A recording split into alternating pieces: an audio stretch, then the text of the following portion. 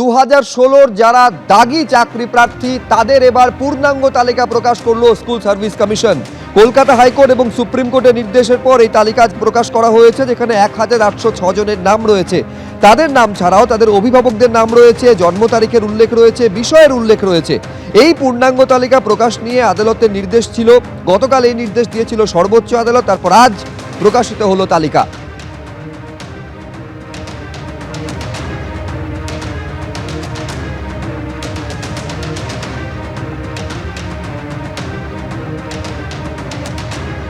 আজকে তাদের মানে পর্যাপ্ত ডিটেলস দিয়ে দেওয়া হয়েছে। এখন ব্যাপারটা হচ্ছে যে সুপ্রিম কোর্ট বারবার বলেছে যে সিবিআই লিস্টে যাদের টেন্টেড বলা হয়েছিল তাদের লিস্টটা টেন্টেড হিসাবে দিতে। আজকে পূর্ণাঙ্গ তালিকা তাদের ডিটেলস দিয়ে দেওয়া হয়েছে। কিন্তু এই বিষয়ে একটা কথা বলতে পারি যে একটা নোংরা রাজনৈতিক খেলা চলছে, যেখানে কোর্ট এবং মানে বিচার ব্যবস্থার প্রতিও আমরা ক্ষুব্ধ। টেন্টেড লিস্ট দিয়েছে, টেন্টেডদেরকে আউট করেছে, এটা ওকে। একটা পরীক্ষা প্রসেস একবার বলছে ফ্রেশ সিলেকশন হবে, কাদের হবে, ঠিক পর মুহূর্তেই কয়েক মাস পরে ঘুরে যাচ্ছে নিজের বক্তব্যের পরিপ্রেক্ষিতে। আসলে চাইছেটা কি? নিজেরাই যদি নিজের জাজমেন্ট ভুলে যান, আমরা সেখানে কি করব? আমাদের কি কোনো ভবিষ্যৎ নেই? আমাদের পুরোটা অন্ধকারে। এত কিছু হওয়ার পরেও আসল জায়গাটা কি, মানে চাই আদালতই বা চাইছে কি? আর এই টেন্টেড এই সমস্ত চক্করে এই যে বার করা, পাবলিশ করা, তাতে পাবলিশ করে আমাদের সুরাহা হচ্ছে কি? কোনো একটা কংক্রিট ডিসিশন তৈরি হচ্ছে কি? সবকিছুতেই তো এই একই রকম ভাবে বিষয়গুলোকে শুধু সে ঘেঁটেই থাকছে, কোনো কংক্রিট সলিউশন আসছে না।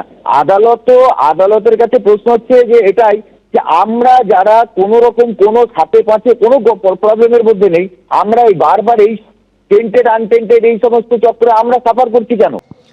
মোট 1806 জন যারা চাকরি পেয়েছিলেন এবং যারা দাগি তাদের তালিকা আজকে প্রকাশ করেছে স্কুল সার্ভিস কমিশন। আইনজীবী বিক্রম বন্দ্যোপাধ্যায় কি বলছেন দেখব। আমরা এটা নিয়ে কোর্টের কাছে প্রেয়ার করেছিলাম, মেয়াদ উত্তীর্ণ যারা তাদেরকে তাদের লিস্টটা বের করা হোক। জাস্টিস অমৃতা সিনহা আজকে এই রায় দিয়েছেন যে যারা মেয়াদ উত্তীর্ণ হয়েছিলেন 2016 সালের প্যানেলে যারা অ্যাপয়েন্টি তাদের লিস্টটা প্রকাশ্যে নিয়ে আসতে। আগামী 10 তারিখে শুনানি। প্যানেলের মেয়াদ উত্তীর্ণ হওয়ার পর কারা নিয়োগপত্র পেয়েছেন, অর্থাৎ এক্সপায়ার্ড প্যানেল থেকে কাদের চাকরি হয়েছে সেই তালিকা এবার তলব করলো কলকাতা হাইকোর্ট। আগামী 10ই ডিসেম্বরের মধ্যে এই তালিকা পেশ করতে কমিশনকে নির্দেশ দিয়েছেন বিচারপতি অমৃতা সিনহা।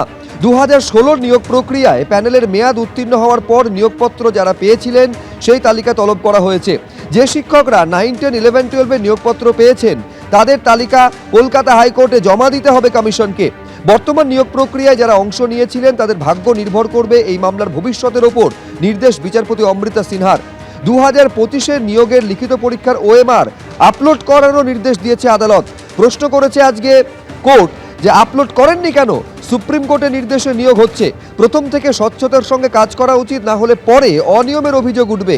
কমিশনকে উদ্দেশ্য করে এই মন্তব্য করেছেন মহামান্য বিচারপতি।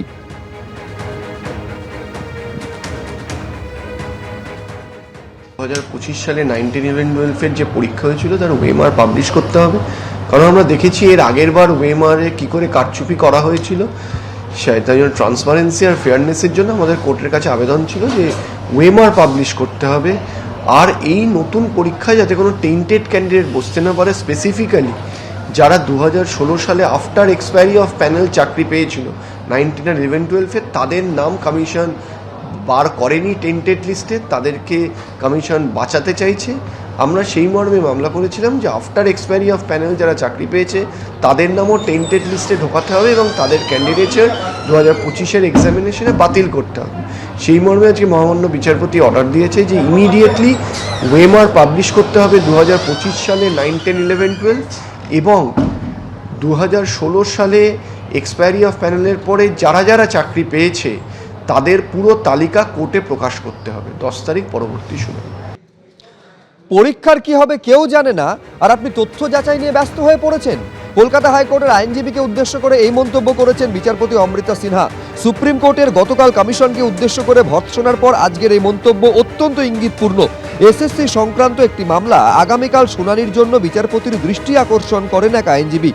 আগামীকালই এসএসসি সংক্রান্ত অন্য মামলাগুলির সঙ্গে এই আবেদনের একত্রে শুনানি করা হোক দাবি করতে থাকেন ওই আইনজীবী। তারপরই এই মন্তব্য করেন মহামান্য বিচারপতি।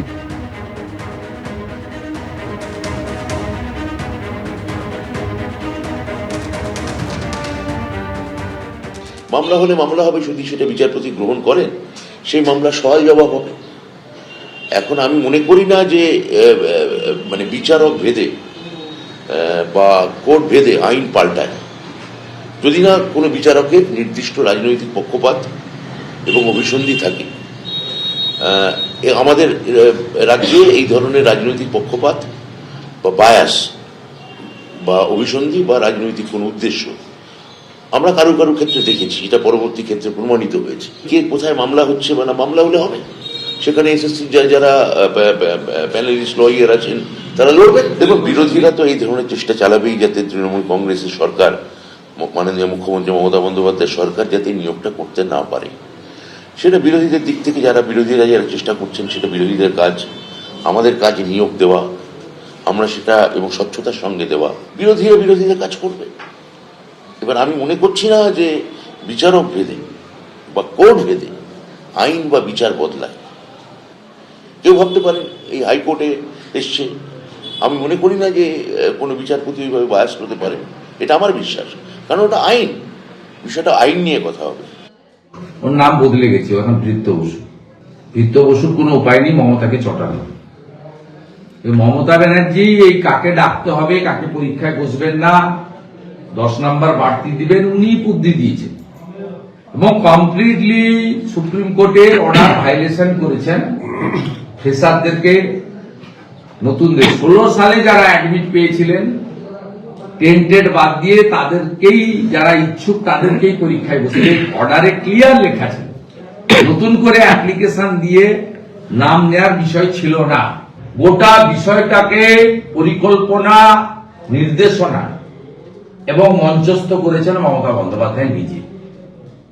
অতএব মমতা বন্দ্যোপাধ্যায় জেল চাই আমরা এই দুর্নীতির জন্য। গোটা পশ্চিমবঙ্গের মানুষ কলকাতা হাইকোর্টের প্রতি চিরদিন কৃতজ্ঞ থাকবে যে তারা দুর্নীতির বিরুদ্ধে এই যে বিষয়টাকে সামনে এনেছেন।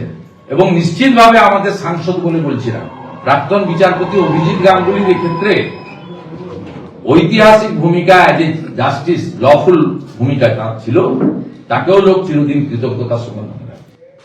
ঝাড়খণ্ডের দুমকা স্টেশনের আগে লাইনচ্যুত ট্রেনের 2টি বগি লাইনচ্যুত হয়েছে। রামপুর আর যোশীডি ইএমইউ ট্রেনের এই 2টি বগি লাইনচ্যুত হয়েছে। দুমকা স্টেশন ঢোকার আগে ঘটে এই ঘটনা।